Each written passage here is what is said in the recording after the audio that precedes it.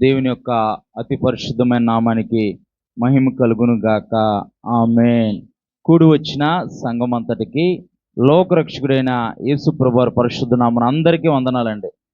దేవుడు మిమ్మల్ని దీవించును గాక. ఎండలో భయంకరంగా ఉన్నాయి, మామూలుగా లేవు అసలు. ఎండలో చాలా వేడి, బాగా వేడి, ఉక్కపోత. నిన్నంతా ఉక్కపోత, ఈరోజు విపరీతమైన వేడిగా ఉంది. సరే, ఏదేమైనా దేవుని యొక్క కృప. ఎందుకంటే వాతావరణం చాలా ఇబ్బందికరంగా ఉంటుంది కనుక విపరీతమైన వేడి. కూర్చున్న వాళ్ళకన్నా నుంచొని చెప్పే వాళ్ళకి మాకు ఒళ్ళంతా స్నానం ఇందాక ఆల్రెడీ అయిపోయింది. నాకు ఒకసారి అయిపోయింది, మళ్ళీ దేవుడి కృపను బట్టి ఇది రెండోసారి. మళ్ళీ సాయంత్రకాలం కూడా మళ్ళీ ఉంది, మళ్ళీ మండపాకి వెళ్ళాలి 7 గంటలకి. పరిశుద్ధ గ్రంథంలో నుంచి మత్తయి సువార్త, మత్తయి సువార్త 16వ అధ్యాయము 18వ వచనం.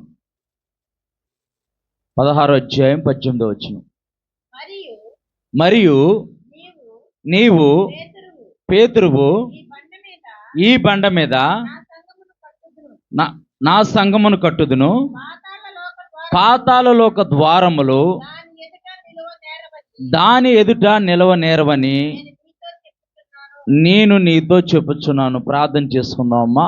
పిల్లలు కూడా అటు ఇటు తిరగద్దు, కొద్దిసేపు ఉండండి, సైలెన్స్గా ఉండండి. ప్రేమ నమ్మకం కలిగిన పరలోకపు తండ్రి, నీ పరిశుద్ధమైన అత్యున్నతమైన నామాన్ని బట్టి మీకు వందనాలు, స్తోత్రాలు ప్రభా. ఈ మధ్యకాల సమయంలో నాయన తండ్రి ప్రభా, నీ వాక్కు వద్దకు మేము వచ్చి ఉన్నాం ప్రభా. ఇప్పటి వరకు పాటల ద్వారా అయా ప్రియ బిడ్డలు నిన్ను మహింపరిచారు ప్రభా. ఈ మధ్యకాల సమయంలో అయా మనుషుడు ప్రభా రొట్టె వలన మాత్రం కాదు కానీ దేవుని నోట నుండి వచ్చి ప్రతి మాట వలన ప్రభా జీవిస్తాడు నాయన.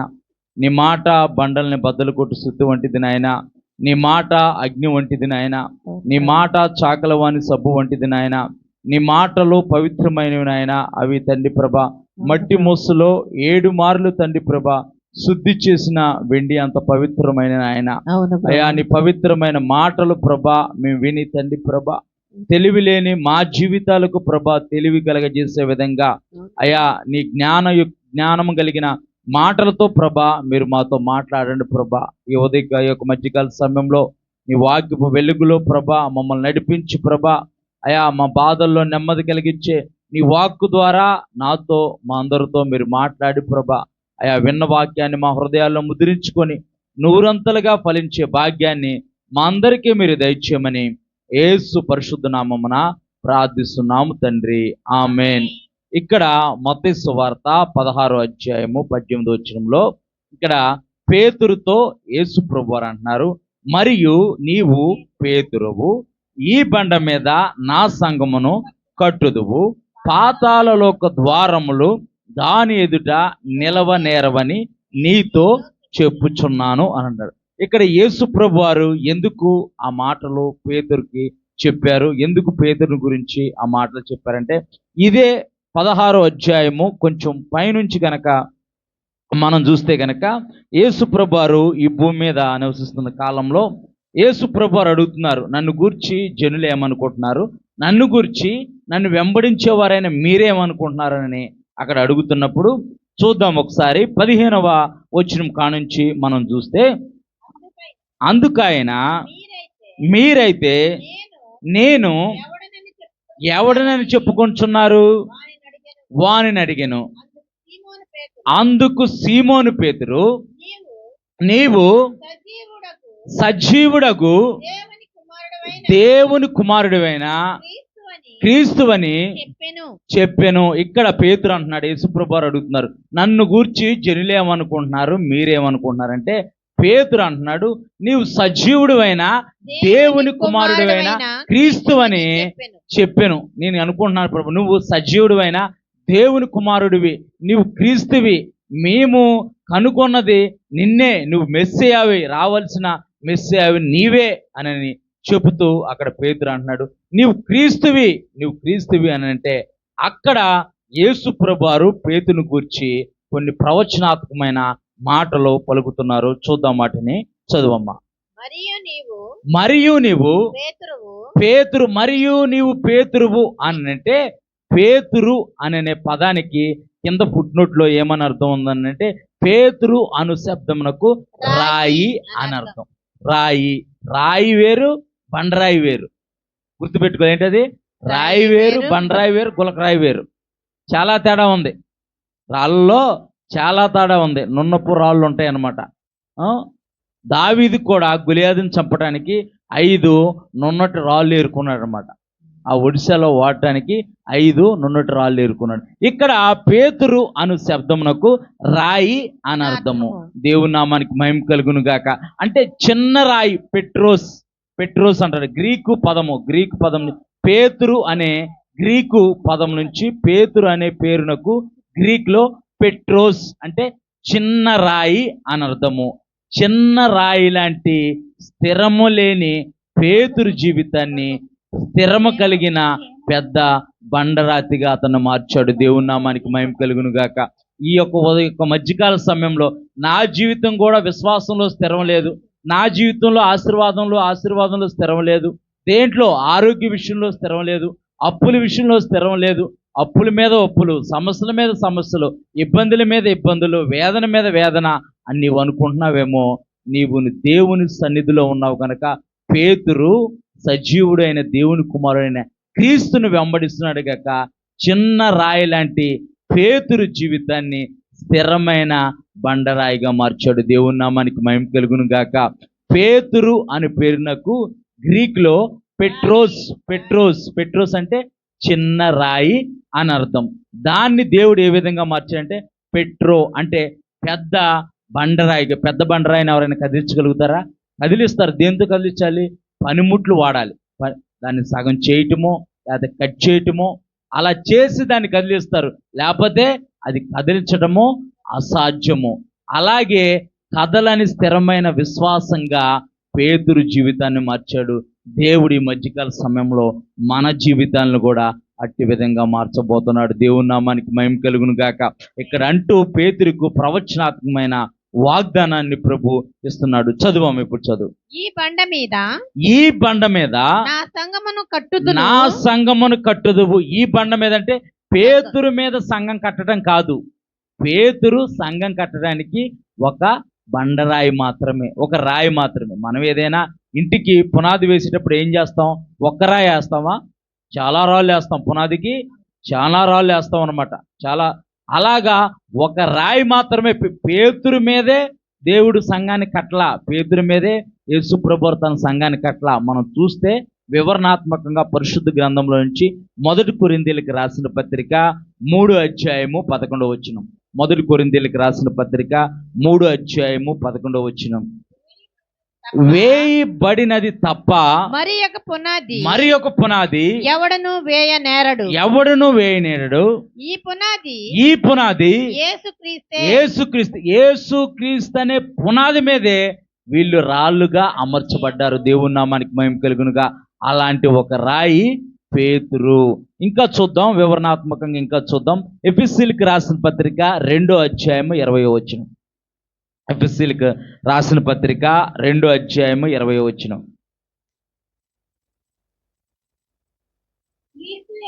క్రీస్తు యేసే ముఖ్యమైన మూలరాయి అయి ఉండగా అపోస్తులను ప్రవక్తలను వేసిన పునాది మీద మీరు అంటే యేసు ప్రభువారే ముఖ్యమైన మూలరాయి అయి ఉంటుండగా దాని మీద అపోస్తులు ప్రవక్తులైన రాళ్ల మీద మీరు కట్టబడ్డారు. మూలరాయి ఎవరు? యేసు ప్రభువారే. పునాది ఎవరు? యేసు ప్రభువారే. యేసు ప్రభువారు పేతుర్ని ఒక రాయిగా వాడుకున్నాడు. దేవుని నామానికి మహిమ కలుగును గాక. నిన్ను కూడా స్థిరమలేని విశ్వాస జీవితం కలిగిన మన జీవితాలని దేవుడు స్థిరమైన విశ్వాసులుగా స్థిరపరిచి ఆయన రాకడి వరకు నడిపించి ఆస్వాదించును గాక. ఆమేన్. ఇక్కడ పేతురుతో దేవుడు వాగ్దానపూర్వకంగా, దేవుడు ప్రవచనాత్మకంగా కొన్ని మాటలు పలుకుతున్నాడు. చదువమ్మా, ఆ మాటలు చదువు. ఈ బండ మీద నా సంఘమును కట్టుదువు. పాతాళలోక ద్వారములు. దేవుడు ఎంతటి అధికారాన్ని ఇస్తున్నాడంటే పేతురికి, ఈ బండ మీద నీ ద్వారా నీవు కూడా సంఘాన్ని కట్టడానికి ఒక పాత్రగా నువ్వు వాడబడతావు. మరి పేతురు నిలబడి వాక్యము బోధిస్తుండగా ఆ యొక్క పెంతుకోస్తు దినమందు పేతురు నిలబడి మాట్లాడుతుండగా ఎంతమంది రక్షించబడ్డారంట? 3,000 మంది రక్షింపబడ్డారు. 3,000 మంది రక్షింపబడి సంఘముగా సమకూర్చబడ్డారు. వారు అపోస్తుల బోధయందు, సహవాసమందు, రొట్టె విరుచుట యందును, ప్రార్థన యందును ఎడతెగక ఉండిరి. దేవుని నామానికి మహిమ కలుగును గాక. ఇక్కడ పేతురును ఆడుకున్న ఈ బండ మీద నా సంఘమును కట్టుదువు, పాతాళలోక ద్వారములు దాని ఎదుట నిలవలేరవని నేను నీతో చెప్పుచున్నా. అంటే పాతాళలోక ద్వారములు, మరణ భయాలు, మరణానికి లోను చేసే భయాలు, మరణకరమైనది ఏది తాగినను మీకు హాని చేయదని దేవుని ఒక వాక్యం చూస్తుంది. సంఘము ఎదుట పాతాళలోక ద్వారములు నిలవరేరంట. దేవుని నామానికి మహిమ కలుగును గాక అంటూ కింద అక్కడ చెబుతున్నారు. యేసుప్రభు చదువు అది కూడా. పరలోక రాజ్యము యొక్క తాళపు చెవులు మీకిచ్చేదని ఎవరికి ఇస్తారంట? సంఘానికి ఇస్తున్నాడంట. దేవుని నామానికి మహిమ కలుగును గాక. పరలోక రాజ్యము యొక్క తాళపు చెవులు దేవుడు సంఘానికి ఇచ్చాడు. దేవుని నామానికి మహిమ కలుగు. అంటే సంఘం అంటే ఎవరు? నీవు నేనే ఆయన సంఘము.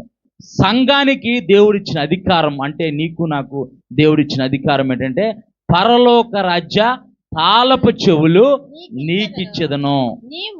అది చాలా. పరలోక రాజ్యపు యొక్క తాళపు చెవులు. స్విస్ బ్యాంకు తాళపు చెవులు మనకిస్తానని అంటే మనకి ఎట్టుండిద్ది? స్విస్ బ్యాంక్ అంటే మీకు తెలుసా? వరల్డ్ బ్యాంక్ తెలుసా మీకు? వరల్డ్ బ్యాంక్ తాళపు చెవులు జక్రయ్య నీకు ఇస్తానంటే నాకు ఎట్టుండిద్ది? అసలు ప్రపంచమే మంది. ఇంకా వరల్డ్ బ్యాంక్ తాళపు చెవులు మనకి ఇచ్చేస్తానంటే, లేకపోతే మన ఐసిఐసి బ్యాంక్ తాళపు చెవులు కానీ, ఇలాగా ఎస్బీఐ బ్యాంక్ తాళపు చెవులు కానీ, ఆంధ్ర బ్యాంక్ తాళపు చెవులు కానీ మనకి ఇచ్చేస్తానంటే మనకి ఎంత సంతోషంగా ఉండిద్ది. మన ఇష్టం. ఇంకా బ్యాంకులో ఉన్నదంతా మందే.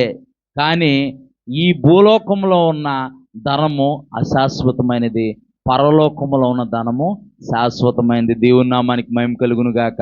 పరలోక రాజ్యపు తాళపు చెవులు నీకిచ్చేదను. చదువమ్మా. నీవు భూలోకమందు దేన్ని బంధించదవో అంటే ఈ భూలోకంలో నీవు విశ్వాస యాత్రలో ప్రయాణం చేస్తున్నప్పుడు నీకు సమస్య ఎదురవుతుంది, నీకు ఇబ్బంది ఎదురవుతుంది, నీకు ఒడిదుడుకులు ఎదురవుతున్నాయి, నీకు అనేక ఇబ్బందులు ఎదురవుతున్నాయి, అనేక మరణ భయాలు నిన్ను తరుముతున్నాయి. ఈ భూలోకంలో మొదటి కాని చదువమ్మ వచనం. నీవు భూలోకమందు దేన్ని బంధించుదువో నీవు భూలోకంలో దేన్ని బంధించుదువో అది పరలోకమందును బంధింపబడును. దేవుని నామానికి మహిమ కలుగును గాక. నీవు ఈ భూలోకంలో నీ విశ్వాసపు యాత్రలో నువ్వు ఏదైతే బంధిస్తావో, నీ అనారోగ్యాన్ని బంధిస్తావా, నీ అప్పును బంధిస్తావా, నీ సమస్యను బంధిస్తావా, నీకున్న కష్టాన్ని బంధిస్తావా, నీ కుటుంబం మీద ఏలుబడి చేస్తున్న దురాత్మ శక్తులను బంధిస్తావా, అవి ఎక్కడ బంధించబడతాయంటే పరలోకంలో బంధించబడతాయంట. దేవుని నామానికి మహిమ కలుగును గాక. అంటే పరలోకంలో దేవుడే వాటిని బంధించేస్తాడు. ఏది ఎంత మాత్రమో నీ మీద ప్రభుత్వం చేయజాలదో, మీరు భూమి మీద వేటిని బంధించుదురో అవి పరలోకంలో బంధింపబడును, భూమి మీద వేటిని విప్పుదురో అవి పరలోకంలో విప్పబడును. దేవుడు సంఘానికి ఇచ్చిన గొప్ప అధికారం ఇది మనం గుర్తెరగాలి. నాకెవరో లేరండి, నేను ఒక్కదాన్నే ప్రార్థన చేసుకుంటున్నాను, నేను ఒక్కదాన్నే బాధపడుతున్నానండి, నాకు బంధువులు లేరు, స్నేహితులు లేరు, చుట్టాలు లేరు, ఇరుగు పొరుగు వారు లేరు, నా ఇంటి పేరటోళ్ళు లేరు, మా కులపారు లేరు అనుకుంటున్నావా? దేవుడు సంఘము, నీవు ఒక సభ్యురాలివి, ఒక సభ్యుడు కనుక దేవుని సంఘంలో సంఘమంతా నీ కూడా ఉంది. దేవుని నామానికి మహిమ కలుగును గాక. నీవు సంఘమంతటితో కలిసి సంఘమంతా ఏక మనసుతో ప్రార్థన చేస్తే ఏం జరిగింది చెప్పాలి. సంఘమంతా ఏక మనసుతో ప్రార్థన చేస్తే ఇదే పేతురు జైల్లో పెట్టబడి ఉంటే సంఘము ఏక మనసుతో ఆసక్తి కలిగి ప్రార్థన చేస్తే దేవుడు పరలోకం నుంచి దూతను పంపించి జైల్లో ఉన్న పేతుర్ని విడిపించాడు. దేవుని నామానికి మహిమ కలుగును గాక. మరి మనం ప్రార్థన చేస్తే కార్యాలు ఎందుకు జరగవు? మనము ప్రార్థన చేయకే. మనకి దేవుడిచ్చిన అధికారం ఇది. భూమి మీద మీరు వేటిని బంధించుదురో అవి పరలోకమందు బంధింపబడును, భూమి మీద వేటిని విప్పుదురో అవి పరలోకమందు విప్పబడును. దేవుని నామానికి మహిమ కలుగును గాక. చదువమ్మా. భూలోకమందు దేని విప్పుదువో భూలోకమందు దేన్ని విప్పుదువో అది పరలోకమందును విప్పబడునని అది పరలోకమందు విప్పబడినని అతనితో చెప్పు. అంటే దేవుడు పేతురుకిచ్చిన గొప్ప అధికారం ఇది. ఈ మధ్యకాల సమయంలో అదే అధికారాన్ని దేవుడు మనకిచ్చాడు. దేవుని నామానికి మహిమ కలుగును గాక. ఆ అధికారాన్ని పట్టుకొని మనం ఆ అధికారాన్ని పట్టుకొని నీకు ఏ సమస్య, ఏ ఇబ్బంది, ఏ వేదన, ఏ దుఃఖము, ఏ కష్టము, ఏదైనా సరే నీవు సంఘముతో కలిసి సంఘంతో సహవాసం చేస్తూ సంఘంలో ఒక సభ్యుడిగా ఒక సభ్యురాలిగా ఉంటూ సంఘం అంతటితో కలిసి నీవు మొరపెడితే ఆనాడు సంఘం పెట్టే మొర దేవుడు ఆలకిచ్చి, ఇదే పేతురు చెరసాల్లో ఉంటే దేవుని దూతను పంపించి దేవుడు పేతురుని వెలుపలకు రప్పించాడు. దేవుని నామానికి మహిమ కలుగును గాక. కూడి ఉన్న సంఘమే ఆశ్చర్యపడిపోయింది. అవునక కూడి ఉన్న ప్రార్థిస్తున్న సంఘమే ఆశ్చర్యపోయింది. పేతురు వచ్చాడంటే పేతురు కాదు, పేతురు దూత వచ్చిందేమో అని అంటున్నాడు. పేతురు సరిగా చూసావా లేదా? సరిగా చూసావా లేదా? పేతురు దూత వచ్చిందేమో అనంటే లేదు, అది పేతురు స్వరమే. దేవుని నామానికి మహిమ కలుగును గాక. అంటే ఇంతటి అధికారాన్ని మనం కలిగి ఉన్నాము. ఇది సంఘానికి దేవుడిచ్చిన అధికారం. సంఘం అంటే ఏంటంటే గ్రీకు భాషలో ఎక్లోసియా. గ్రీకు భాషలో సంఘం అనే తెలుగు పదానికి గ్రీకు భాషలో గ్రీకు భాషలో ఎక్లోసియా అని అర్థం. అంటే బయటకు పిలవబడిన వారని అర్థము. దానికి అనుసంధానం మరి బయటకు పిలవబడిన వారని అర్థము అన్నదానికి మరి ఒక వాక్యాన్ని మనం చూసుకోవాలి కదా. చూద్దాం ఆ వాక్యము. 1 పేతురుకు రాసిన పత్రిక 2వ అధ్యాయము 9వ వచనం. 1 పేతురు పత్రిక 2వ అధ్యాయం 9వ వచనం. అయితే మీరు చీకటిలో నుండి ఆశ్చర్యకరమైన తన వెలుగులోనికి మిమ్ములు పిలిచిన వాని గుణాతిశయములు. మనల్ని దేవుడు ఎలా పిలిచాడంట? చీకటిలో నుంచి ఆశ్చర్యకరమైన తన వెలుగులు. చీకటిలో ఉంచానంటే లోకంలో నుంచి. లోకంలో ఉన్నదంతా నేత్రాశ, శరీరాశ, జీవపుడంబము. చీకటిలో నుండి ఆశ్చర్యకరమైన తన వెలుగులోనికి పిలిచిన వాని యొక్క గుణాతిశయములను ప్రచురపరచు నిమిత్తము మనల్ని రాజులైన యాజక సమూహంగా మార్చాడంట. దేవుని నామానికి మహిమ కలుగును. అంటే మనము దేవుని పిల్లలము. ఇప్పుడు నీకు సమస్య ఉందేమో, ఇప్పుడు నీకు ఇబ్బంది ఉందేమో, ఇప్పుడు నీకు వేదన ఉందేమో, నీ విశ్వాస యాత్రని క్రీస్తులో నీవు కొనసాగిస్తూ ఉంటుంటే ఒకానొక దినాన నీవు లోకానికి తీర్పు తీర్చబోతున్నావు. దేవుని నామానికి మహిమ కలుగును గాక. సంఘము లోకానికి వెలుగై ఉంది. సమస్తము సంఘము పాదాల యొద్దకు రావాల్సిందే. సమస్తాన్ని సంఘం పాదాల కింద ఉంచాడు దేవుడు. ఇక్కడ పేతురుతో దేవుడు అని అంటున్నాడు, నీకు పరలోక రాజ్యం యొక్క తాళపు చెవులు నీకు ఇచ్చాను. నీవు వేటిని బంధిస్తావో అవి పరలోకమందు బంధింపబడును, నువ్వు వేటిని విప్పుతావో అవి పరలోకమందు విప్పబడును. పాతాళ లోక యొక్క ద్వారములు సంఘం ఎదుట నిలవలేవు. అది సంఘం అంటే. మనము పిలవబడిన వారము, ప్రత్యేకపరచబడిన వారమని అర్థము. దేవుని కొరకు ప్రత్యేకంగా జీవించేవారి అర్థము, పరిశుద్ధమైన ప్రజలని అర్థము. మరి అలాంటి సంఘములో మనం ఎలా ఉండాలి? మనము ఎలా ఉండి దేవుని సన్నిధిలో మొరపెడితే దేవుడు మన మొర ఆలకిస్తాడు? చూద్దాం, కొన్ని వచనాలు చూసుకుందాం. మనము 1 తిమోతికి రాసిన పత్రిక 3వ అధ్యాయము 15వ వచనం. అయినను నేను ఆలస్యం చేసిన ఎడల దేవుని మందిరములో అనగా జీవము గల దేవుని సంఘములో జనులు ఎలాగూ ప్రవర్తింపవలనో అది మీకు తెలియవలనని ఈ సంగతులను మీకు రాయిచును. అంటే ఇక్కడ పరిశుద్ధుడైన పౌలు తిమోతికి రాస్తూ అంటున్నాడు, జీవము గల దేవుని సంఘములో నేను రావటం ఆలస్యం అవుతుంది, ఆలస్యం అవ్వచ్చు, కానీ జీవము గల దేవుని సంఘంలో జనులు ఎలాగ ప్రవర్తింపవలనో అంటే మనం ఎలా ప్రవర్తించాలో తిమోతితో అంటున్నాడు. నీవు ఎలా ప్రవర్తించాలో, జనులు ఎలా ప్రవర్తించాలో నీకు రాస్తున్నాను. ఎందుకంటే జీవము గల దేవుని సంఘం అది.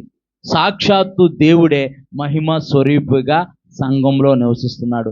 2-3 ఆయన నామంలో కూడి ఉంటే వారి మధ్యన ఆయన ఉండే దేవుడు, వారి మొర ఆలకించే దేవుడు. దేవుని నామానికి మహిమ కలుగును గాక. జీవము గల దేవుని సన్నిధిలో జనులు ఎలాగ ప్రవర్తింపవలనో అని మీకు రాయొచ్చు అక్కడ అంటున్నాడు. ఆ సంఘము సత్యమునకు ఆధారమై ఉన్నది. దేవుని నామానికి మహిమ కలుగును గాక.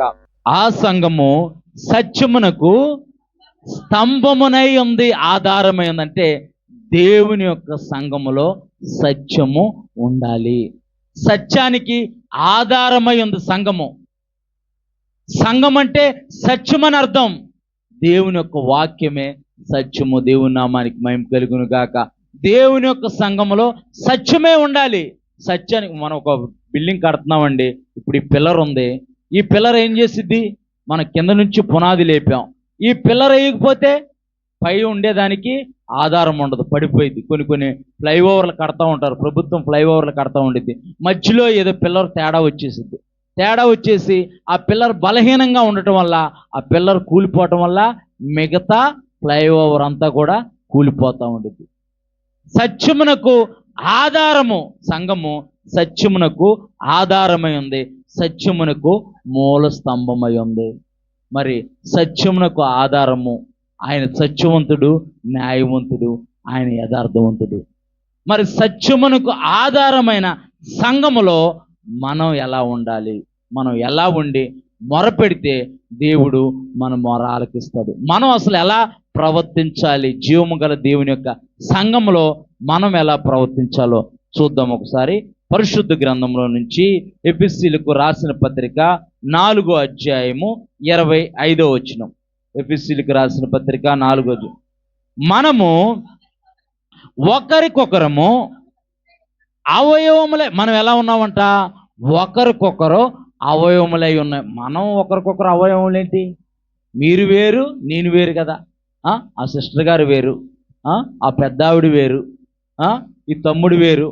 మనం ఎఫెసీయులకు రాసిన పత్రిక 4వ అధ్యాయం 25వ వచనం. అమ్మ, మనము ఒకరికొకరము అవయవములై ఉన్నాము గనుక. మనం అవయవములేంటి చూద్దాం ఒకసారి. ఎఫెసీయులకు రాసిన పత్రిక 5వ అధ్యాయము 30వ వచనం. శరీరమును ద్వేషించిన వాడెవడును లేడు గాని ప్రతివాడును దానిని పోషించి సంరక్షించుకొనును. మనము క్రీస్తు శరీరమునకు అవయవములై ఉన్నాము. అంటే సంఘం అంటే ఏంటి? క్రీస్తు శరీరము. మనము క్రీస్తు శరీరము. క్రీస్తు శరీరంలో మనమందరము అవయవములై ఉన్నాము. దేవుని నామానికి మహిమ కలుగును గాక. అదే ఎఫెసీయులకు రాసిన పత్రిక 5వ అధ్యాయం 23వ వచనంలో క్రీస్తు సంఘమునకు శిరస్సై ఉన్నలాగున.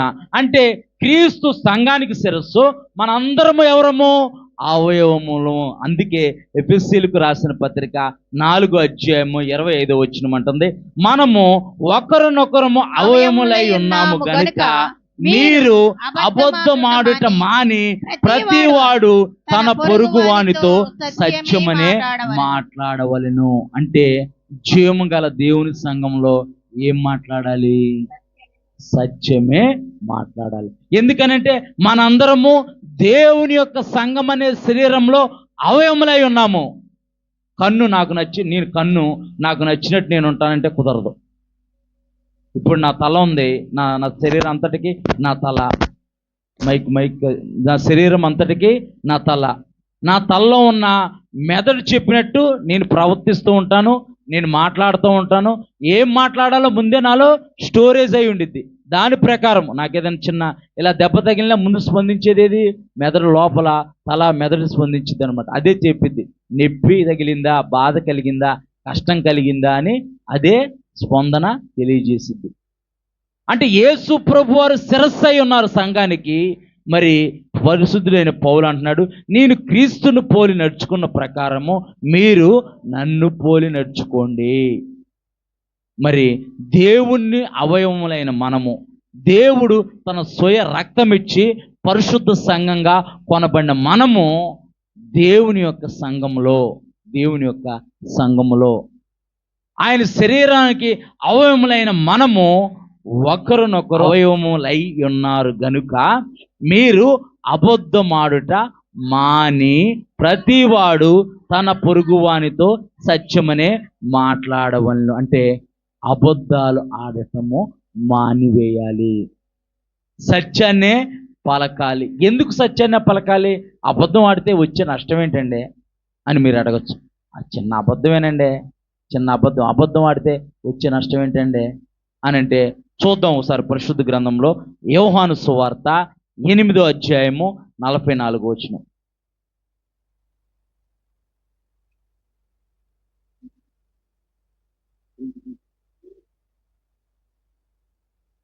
చదువమ్మా.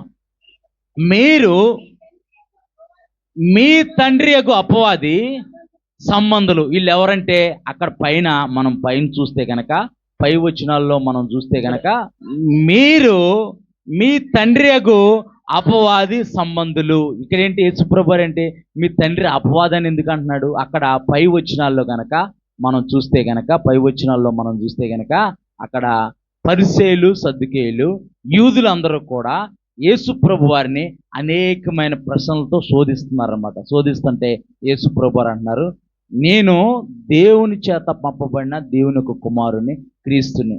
మీరు నా సత్యమైన మాటలో నమ్మట్లేదు. నేను సత్యవంతుణ్ణి, నాలో పాపం ఉందని నిరూపించగలరా అని చెప్పేసి అక్కడ సవాలు విసిరాడు యేసుప్రభు వారు. అంటూ అక్కడ అంటున్నారు, మీరు అపవాది సంబంధులు అని అంటే అక్కడ వాళ్ళు అంటున్నారు, మేము అపవాది సంబంధులు ఏంటి? మా తండ్రి అబ్రహాము అని అంటున్నారు. అక్కడ అబ్రహాము అని అంటే యేసుప్రభు అంటున్నాడు, మీ తండ్రి అబ్రహాము కాదు. ఎందుకంటే సత్యాన్ని మీరు అడ్డగిస్తున్నారు, సత్యాన్ని మీరు నమ్మట్లా. నేను లోకరక్షకుడు అని చెబుతుంటే మీరు నమ్మట్లా, నా ఆజ్ఞల్లో నా కట్టడల్లో మీరు పాటించట్లా, నాకు శిష్యులు అవ్వటానికి మీకు మనసు లేదు. మీరు సత్యాన్ని అడ్డగిస్తున్నారు కనుక మీరు అపవాది సంబంధులు. మీ తండ్రి అబ్రహాము కాదు. అబ్రహాము మీ తండ్రి అయితే అబ్రహాము చేసిన క్రియలే మీరు చేస్తారు, కానీ ఎలాంటి క్రియలు మీరు చేయరు అక్కడ అంటున్నాడు. ఇదే వచ్చిన మొదటి కాడ నుంచి చదువమ్మా, 8వ అధ్యాయం వచ్చిన. మీరు మీ తండ్రి యొక్క అపవాది సంబంధులు, మీ తండ్రి దురాశ అంటే మీ తండ్రి దురాశలు అంటే వాడు దురాశల చేత జీవించే వ్యక్తి. దురాశ గర్భం ధరించి పాపమును కనగా పాపము పరిపక్వమై మరణాన్ని కంటుంది. దురాశ దుఃఖానికి చేటు అనే సామెత ఉంది. దురాశ, మీ తండ్రి దురాశలను నెరవేర్చగోరుచున్నారు. ఆది నుండి వాడు నరహంతకుడై ఉండి సత్యమందు నిలిచిన వాడు కాదు, వాని యందు సత్యమే లేదు. వాడు అబద్ధమాడినప్పుడు తన స్వభావమును అనుసరించి మాట్లాడును. వాడు అబద్ధికుడును, అబద్ధమునకు జనకుడై ఉన్నాడు. ఎవడు? అపవాది. అవ్వమ్మని అపవాది అబద్ధంతోనే మోసం చేశాడు. అందుకే చెప్పలం అది. మీరు ఆ పండు తిన్నారంటే చావరు అని అన్నారు అంతే. అవునా?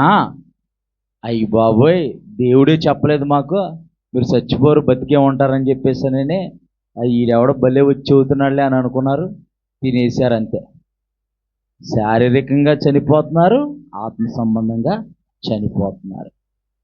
యేసు ప్రభువారు తన యొక్క స్వరూపమందు తన పోలిక చొప్పున ఆయన తన పిల్లల్ని నిర్మించుకున్నారు కనుక ఆయన పిల్లల కొరకు ఆయన తన మహిమను విడిచిపెట్టి ఈ భూలోకానికి వచ్చి తన పరిశుద్ధమైన రక్తాన్ని ఇచ్చి వారి మీద ఏలుబడి చేస్తున్న పాపాన్ని తన రక్తంతో కడిగివేసి తన సంఘంగా మార్చుకున్నాడు. దేవుని నామానికి మహిమ కలుగును గాక.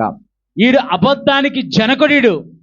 అపవాది అబద్ధానికి అంటే అబద్ధాలు ఆడే వాళ్ళందరికీ తండ్రి ఎవరో అపవాది అన్నమాట. ఇప్పుడు అర్థమైంది అబద్ధం ఎందుకు ఆడకూడదు అని. అంటే అబద్ధాలకు ఆడే వాళ్ళందరికీ తండ్రి ఎవరో అపవాది, యేసుప్రభు వారు కాదు.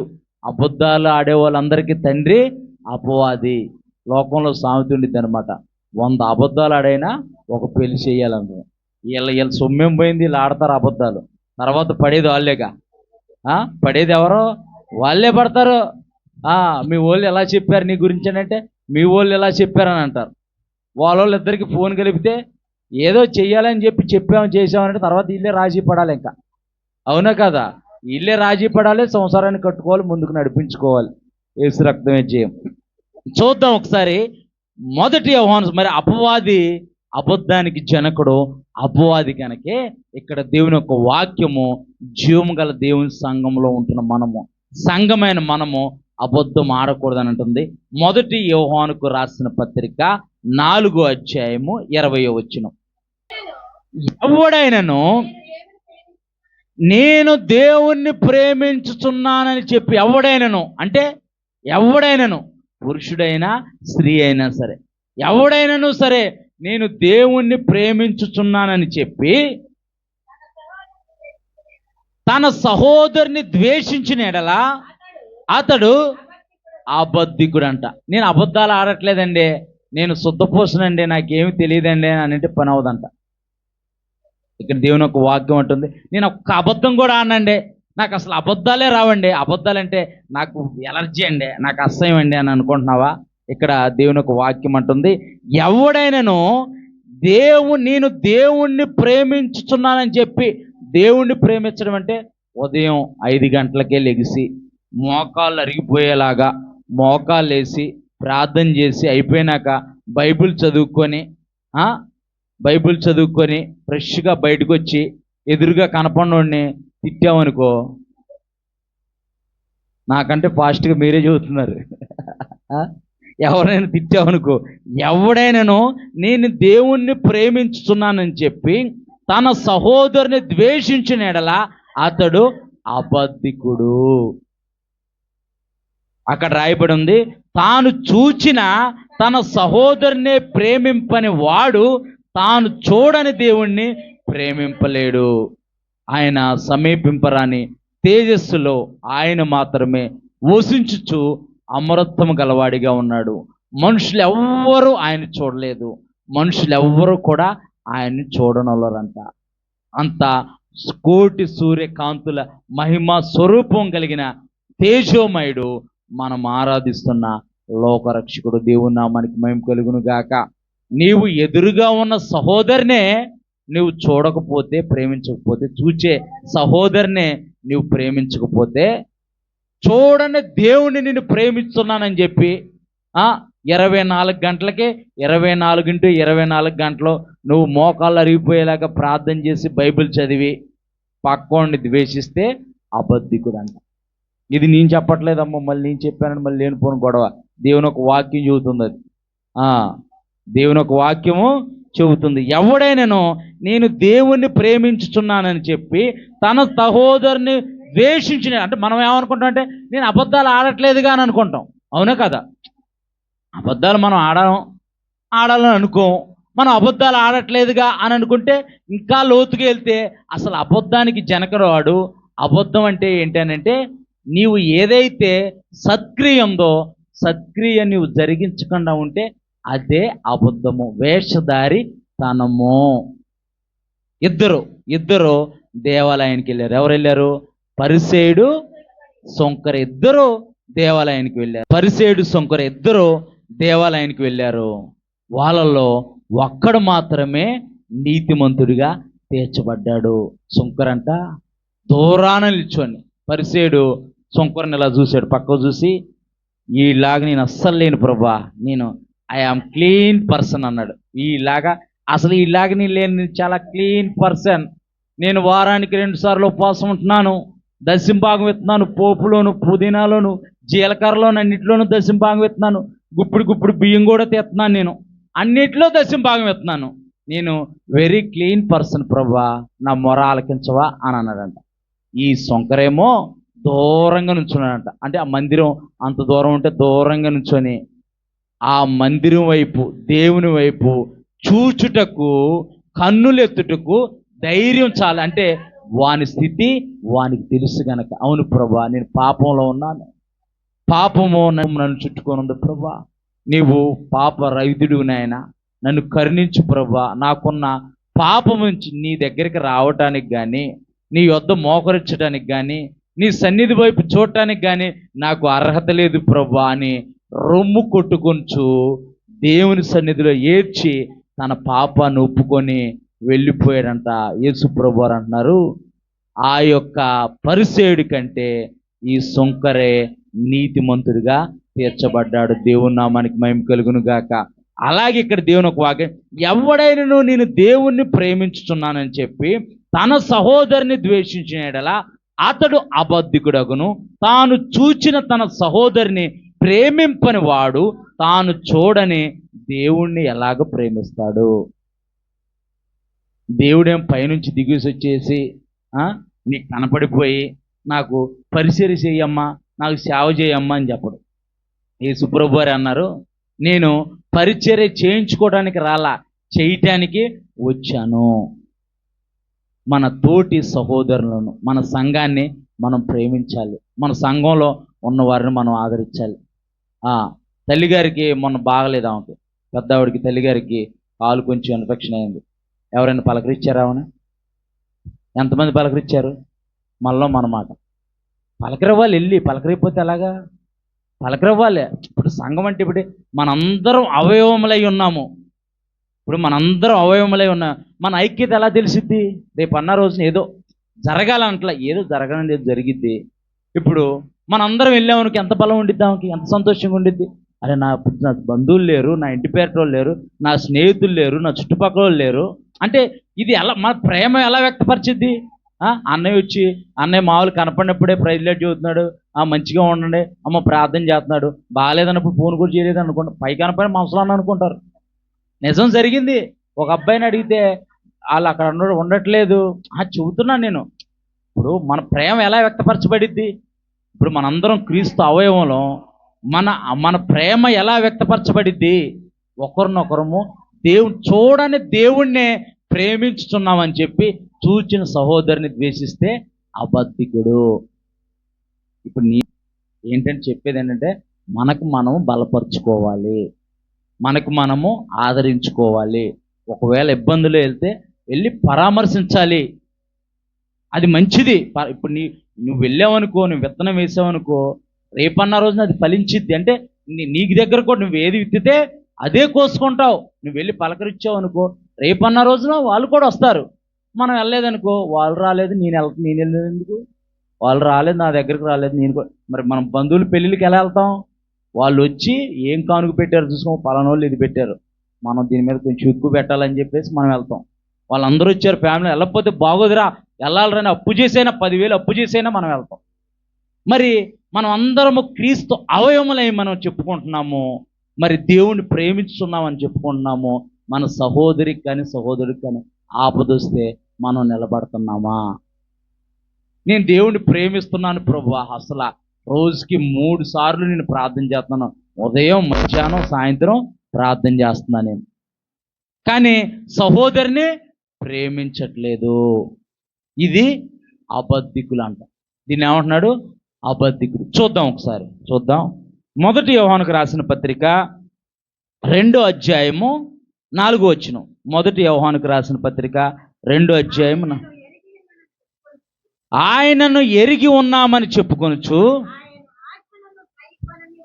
ఆయన ఆజ్ఞల్ని గైకొనని వాడు అబద్ధికుడు, వానిలో ఉన్నామని చెప్పుకొనచ్చు. అంటే నేను యేసుప్రభువారిలో ఉన్నానండి, నేను యేసుప్రభువారిని నమ్ముకున్నానండి, యేసుప్రభువారు అంటే నాకు ఇష్టమండి అని ఆయన ఆజ్ఞలు గైకొనకపోతే, ఆయన ఆజ్ఞలు భారమైనవి కావు. ఆయన ఆజ్ఞలు అంటే ఆయన చిత్తానుసారంగా జీవించటమే. నిన్ను వలే నీ పొరుగు వారిని ప్రేమించుము. నీ పొరుగు వారిని ఏది కూడా ఆశించవద్దు. నీ తల్లిదండ్రుల్ని సన్మానించుము. నీ పూర్ణ హృదయముతో, నీ పూర్ణ ఆత్మతో, నీ పూర్ణ బలముతో నీ దేవుడైన యెహోవాని ప్రేమింపవలనదే. ఆయన ఆజ్ఞలు భారమైనవి కాదు. ఆయనలో ఉన్నామని చెప్పుకొనుచు ఆయన ఆజ్ఞలు కట్టడలు పాటించిన వారు గైకొన్నవాడు అంటే అబద్ధి అంటే ఇది వేషధారణ అనమాట. అందుకే యేసుప్రభు వారి దగ్గరికి శాస్త్రులు పరిసయ్యులు వాళ్ళందరూ వచ్చినప్పుడు అన్నాడు, మీకంటే ముందుగా పరలోక రాజ్యంలోకి వేశ్యలు సుంకరులు ప్రవేశిస్తారంట. ఎందుకంటే వీడు పై నటన మాత్రమే. నేను శుద్ధ పూసనే, నేను clean, very clean, I'm clean person, white and white వేసుకున్నా, నేను క్లీన్ పర్సన్ అంటున్నారు వీళ్ళు పరిసయ్యులు శాస్త్రులు. సుంకరుని చూసి అలాగే అన్నాడు, వీడికిలా ఈ ప్రార్థన చేసుకోవచ్చుగా, చేసుకోకుండా వీడికిలాగా నేను అంటే వాడు చెడ్డోడని. వాడు చెడ్డోడు, నేను మంచోడిని ప్రభువా, నేను నీ దగ్గరకంతా వచ్చాను, నేను మంచోడిని ప్రభువా అంటే యేసు ప్రభు వారు అంటారు, అక్రమం చేయవారులారా నా యొద్ద నుండి పొండి అంటాడు. ఆయన ఆజ్ఞలు భారమైనవి కాదు. చూద్దాం ఒకసారి సామెతల గ్రంథము 12 అధ్యాయం 22 వచనం. సామెతల గ్రంథము 12 అధ్యాయము 22 వచనం. అబద్ధమాడు పెదవులు యెహోవాకు హేయములంట. ఏంట? అబద్ధాలాడే పెదాలు యెహోవాకు హేయములు. సత్య వర్తనులు ఆయనకి అంటే సత్యాన్ని అనుసరించేవారు. ఒకవేళ సత్యాన్ని అనుసరిస్తే నీకు శ్రమ కలుగుతుందా? శ్రమపడు, నీవు ధన్యుడివి, ధన్యురాలి. నీ విశ్వాస జీవితంలో నువ్వు సత్యంగా, యథార్థంగా, నమ్మకంగా ఉంటే నీకు శ్రమ ఎదురవుతుందా? నీవు ధన్యుడివి, నీవు ధన్యురాలివి. యేసు ప్రభుని అడుగుతున్నారు వాళ్ళ శిష్యులు, ప్రభువా నిన్ను మేము వెంబడిస్తున్నాం ప్రభువా, నీవే మా సర్వస్వం అనుకొని సర్వస్వాన్ని మేము విడిచిపెట్టి వచ్చేసాం, మాకేంటి లాభం అని అంటే యేసు ప్రభు అంటారు, నీవు ఇహమందును పరమందును 100 రెట్లు పొందుకుంటావు. నువ్వేదైతే కోల్పోయావో వాటినన్నిటినీ నీవు పొందుకుంటావు, లోకానికి కూడా తీర్పు తీరుస్తావు. దేవుని నామానికి మహిమ కలుగును గాక. సత్యాన్ని అనుసరించి నడుచుకోవాలి మనం. ఆయన వాక్యమే సత్యము. ఆయన వాక్యము మన హృదయాల్లో ఉండాలి. మనము అబద్ధికులుగా మనం ఉండకూడదు. అబద్ధం ఆడితేనే అబద్ధికులు కాదు. ఇక్కడ 2 వచనాలు మీకు చూపించాను. వేషధారులుగా ప్రవర్తించటము. దేవుణ్ణి నేను చూశాను, దేవుడు నాకు రాత్రి కల్లో కనపడి, జకర్యా నీవు మంచోడు జకర్యా, నీ ప్రార్థనలు వినపడినే జకర్యా అని అన్ని నేను తర్వాత బయటకు వచ్చేసిన తర్వాత ఎదుటి వ్యక్తిని ద్వేషించాను అనుకో, నేను అబద్ధికుణ్ణి. మొన్న ఒక చిన్న సందర్భం జరిగింది, చెబుతాను. ఒక పాస్టర్ గారు మా ఇంటికి వచ్చి, అన్నా మా చర్చిలో వాక్యం చెప్పడానికి నువ్వు రావాలన్నా అని చెప్పారు. సరే అన్న, తప్పకుండా వస్తాను. నేను అన్నాను, పలానా పెద్ద పాస్టర్ గారు ఉన్నారుగా, మరి ఆయన పిలవకపోయావా అని నేను అడిగాను. అడిగితే ఆయన లేదన్నా, దేవుడు నిన్ను చూపించాడన్నా, నువ్వే రా అన్నా అని అన్నాడు. అయ్య బాబు, దేవుడు నన్ను చూపించాడని అంటున్నాడు, మళ్ళీ వెళ్ళకపోతే మళ్ళీ ఇది ఎక్కడ గొడవలే అని చెప్పేసి నేను సరేలే నేను వస్తాలే అని చెప్పేసి వెళ్ళాను. వెళ్తే ఇంకొక 2 పాస్టర్లను కూడా పిలిచాడు ఆయన. 2 పాస్టర్లను కూడా పిలిచినాక వాక్యం నాకే ఇచ్చాడు. నేనే వాక్యం చెప్పాను. ఒకళ్ళు ఆరాధన చేశారు, ఒకళ్ళు ప్రార్థన చేశారు. వాక్యం నేనే చెప్పాను. అయితే ఇంకో పాస్టర్తో అన్నాడంట, జకరయ్య అన్నయ్య వస్తానన్నాడు, అందుకే తీసుకొచ్చాను అన్నాడంట. నాతో ఏం చెప్పాడు? దేవుడు నాకు చూపించాడు నిన్ను పిలవమని అని చెప్పాడు. అయితే ఆ 2 పాస్టర్లో ఒక పాస్టరు నాకు బాగా ఆత్మీయుడు అనమాట, నా సహోదరుడు ఆత్మీయుడు, నా గురించి తెలుసు. ఆయన అన్నాడంట, లేదు జకర్యా అసలు అలాగా అడగడు, అసలు ప్రాణం పోయిన అసలు అడగడు, నాకు తెలుసు జకర్యా గురించి, పందెం అంటే పందెం అన్నారు వాళ్ళిద్దరు. తర్వాత అయిపోయింది, ప్రార్థన అయిపోయింది, బయటికి అలా వచ్చాం మేము, వేడిగా ఉందని బయటికి అలా వస్తే వెంటనే అడిగేశారు, నిన్ను ఇలాగా నువ్వు వస్తానన్నావంట కదా, అందుకేనంట వచ్చావు కదా అని అడిగారు. అని అడిగితే నేను వస్తామంటాం ఏంటన్నా, మా ఇంటికి వచ్చి ఇలా ఇప్పుడు చెప్పాడు నాతో, దేవుడు నేను చూపించాడన్నా, రా అని చెప్పాడు, అందుకే నేను వచ్చానంటే ఆ వ్యక్తి నాకు తెలిసిన వ్యక్తి అన్నాడు. చెప్పానా నేను, మనోడు ఇలా చెప్పి మనం ఫీల్ అవుతామని చెప్పి మనతో ఎలాగ అబద్ధం ఆడుతున్నాడు, ఒకవేళ నేనే పిలిచానంటే ఏమైద్ది అని అన్నాడు.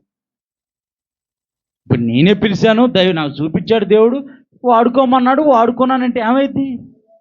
ఏమవుతుంది కదా, హానర్ అవుతాడు. నీకు నన్ను అడిగితే ఇంకా హానర్ అవుతాడు నిన్ను. అంటే ఒకళ్ళని మభ్యపరచడానికి, ఒకళ్ళని మభ్యపెట్టడానికి, ఒకళ్ళని సంతోషపరచడానికి మనం అబద్ధాలు ఆడి వేషధారులాగుంటే ఈ చిన్న అబద్ధమే ఇంకొక అబద్ధం ఆడతాం, ఇంకొక అబద్ధం అలవాటు అయిపోయింది. ఇంకా అంతే, ఏమైంది? అలవాటు అయిపోతా.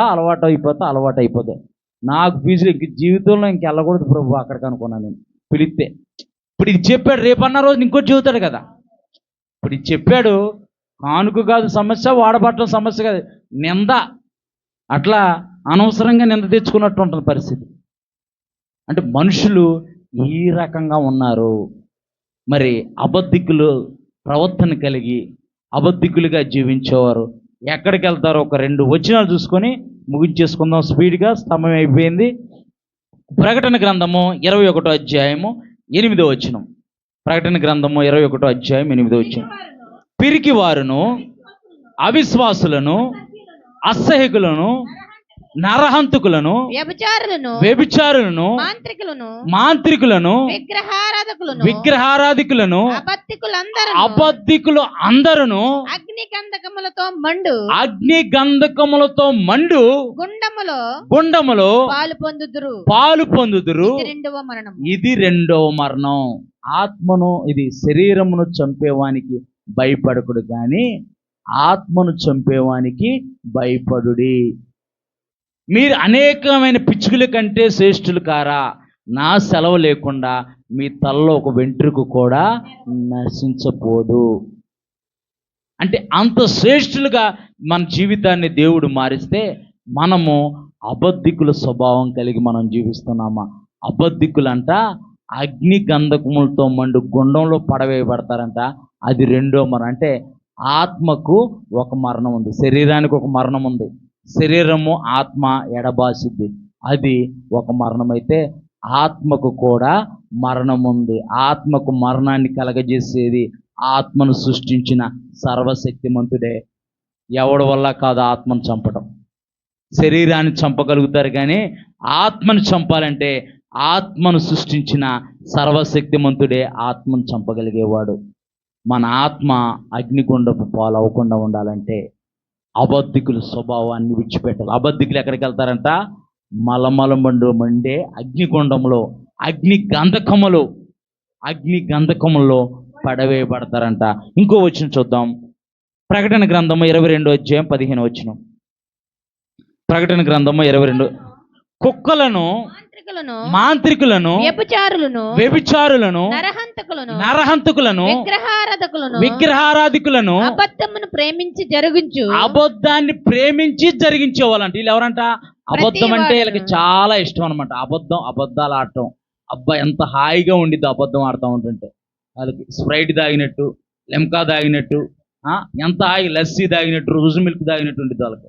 అబద్ధాన్ని ప్రేమించి అబద్ధాన్ని జరిగించేవారు ప్రతివాడును వెళ్ళిపటనుందురు అని అంటే దేవుని రాజ్యంలోకి వారు ప్రవేశించరు. వెలుపుట చీకటి, అక్కడ ఏడ్పును పళ్ళు కొరుకును ఉండును అంటుంది దేవుని వాక్యం.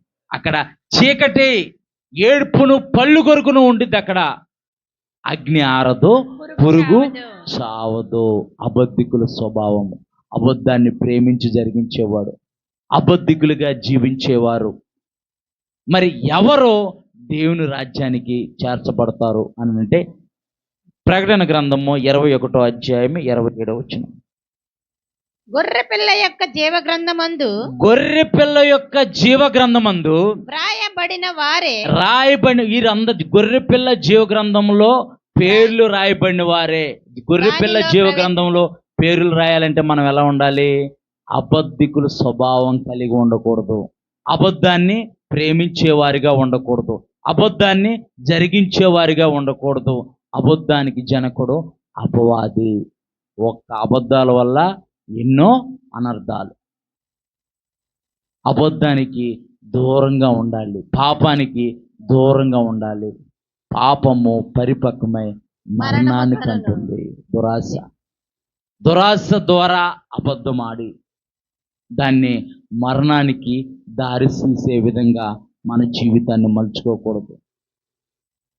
ఇక్కడ గొర్రె పిల్ల యొక్క జీవ గ్రంథమందు రాయబడిన వారే దానిలో ప్రవేశిస్తారు. మరి నీ పేర్లు నా పేర్లు గొర్రె పిల్ల జీవ గ్రంథంలో రాయబడాలి అని అంటే దేవుడు సంఘానికి ఇచ్చిన అధికారాన్ని మనం గుర్తిరిగి ఆ విధంగా మనం నడుచుకోవాలి.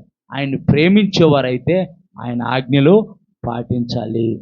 సహోదరుని ప్రేమించాలి, సంఘాన్ని ప్రేమించాలి, సంఘంలో ఉన్న వారిని ప్రేమించాలి, దైవజనుని గౌరవించాలి, దేవుని యందు భయభక్తులు కలిగి జీవించాలి. గొర్రె పిల్ల యొక్క జీవ గ్రంథమందు రాయబడిన వారే దానిలో ప్రవేశింతురు గాని నిషిద్ధమైన ఏదైనను అసహ్యమైన దానిని అబద్ధమైన దానిని జరిగించువాడైనను దానిలో ప్రవేశించడు. అబద్ధాన్ని జరిగించేవాడు ఎవడు కూడా దేవుని రాజ్యంలో ప్రవేశించడంట. ఈ మధ్యకాల సమయంలో మరి వచ్చుచున్నవాడు త్వరగా వస్తున్నాడు గనక సమయము సద్వినియోగం చేసుకొని సమయాన్ని పోనీయకుండా ప్రార్థన యందు, సహవాసమందు, రొట్టె విచ్చుటి యందు మనం ఎడతెగక ఉంటూ ఆయన గొర్రెపిల్ల వివాహ మహోత్సవంలో మనందరూ పాల్గొనాలని దేవుడు ఆకాంక్ష ఉంది. మరి మనం పాల్గొవాలంటే మనలో ఉన్న అబద్ధపు స్వభావాన్ని, అబద్ధం ఆడితేనే అబద్ధికుడు కాదంటుంది ఇక్కడ దేవుని ఒక వాక్యం. దేవుణ్ణి ప్రేమిస్తున్నానని చెప్పి తన సహోదరుని ద్వేషించేవాడు కూడా అబద్ధికుడేనంట. దేవుని ప్రేమిస్తున్నాను అని చెప్పి దేవుని ఆజ్ఞలు పాటించిన వాడు కూడా అబద్ధికుడేనంట. అబద్ధాన్ని ప్రేమించేవారు కూడా అబద్ధికుడేనంట. ఆ స్వభావం నుంచి, ఆ క్రియల నుంచి మనం విడుదల పొందుకొని నీతిమంతుడు, సత్యవంతుడు, న్యాయవంతుడైన యేసు వైపు చూస్తూ ఈ మధ్యకాల సమయంలో వచ్చుచున్నవాడు త్వరగా వస్తున్నాడు గనక ఆ మధ్య ఆకాశంలో ఆ గొర్రెపిల్ల వివాహ మహోత్సవంలో మనందరము పాల్గొనాలి. సార్వత్రిక సంఘముగా, సిద్ధపడిన సంఘముగా మనందరము ఆ గొర్రెపిల్ల వివాహ మహోత్సవంలో ఉండాలని దేవుడు ఆకాంక్ష ఉంది గనక అటు కృప పరిశుద్ధాత్మ దేవుడు మనందరికీ అనుగ్రహించునుగాక. అందరము ఒక్క నిమిషం మోకరించి అవును ప్రభువా, నాలో అబద్ధపు స్వభావం ఏదైనా ఉంటే దయతో దేవుణ్ణి ప్రేమిస్తున్నాను, నిన్ను ప్రేమిస్తున్నాను ప్రభా, నీ ఆజ్ఞలు పాటిస్తున్నాను ప్రభా, కానీ నా సహోదరుని ద్వేషిస్తున్నాను, నా సహోదరుడితో ప్రేమ కలిగి ఉండట్లేదు, ఇది కూడా అబద్ధమే అని నీ వాక్కు ద్వారా నీవు నాతో మాట్లాడావు ప్రభా. నాయనా కనికరించు నాయనా, నీ రక్తంతో కడుగు ప్రభా, నా స్వభావాన్ని మార్చు ప్రభా, నా అంతరంగాన్ని శుద్ధి చేయండి ప్రభా. హిస్సోపుతో హిమము అంటే తెల్లగా నన్ను కడుగు ప్రభా. అయా మల్లిమంతా పోయేటట్టు నన్ను కడుగు ప్రభా. శుద్ధీకరించు నాయన, పవిత్రపరచు నాయన, పరిశుద్ధపరచు నాయన అని ఆయన పాదాలు పట్టుకుంటుండగా, ఆయన పాదాలు పట్టుకొని మనం బ్రతిమాలుకొని ఒప్పుకొని విడిచిపెట్టేవాడు కనికరం పొందునని దేవుని యొక్క వాక్యం చెబుతుండగా మనం విడిచిపెట్టేవారిగా ఉంటే ఆయన నిత్య రాజ్యానికి హక్కుదారులుగా మనం ఉంటాం గనక మనమందరం ఆయన పాదాలు పట్టుకొని ప్రార్థిస్తూ ఉండగా మన మధ్యలో ఉన్న సహోదరులు సుందరం గారు ప్రార్థిస్తారు. అందరం ఏకీవిద్దాం.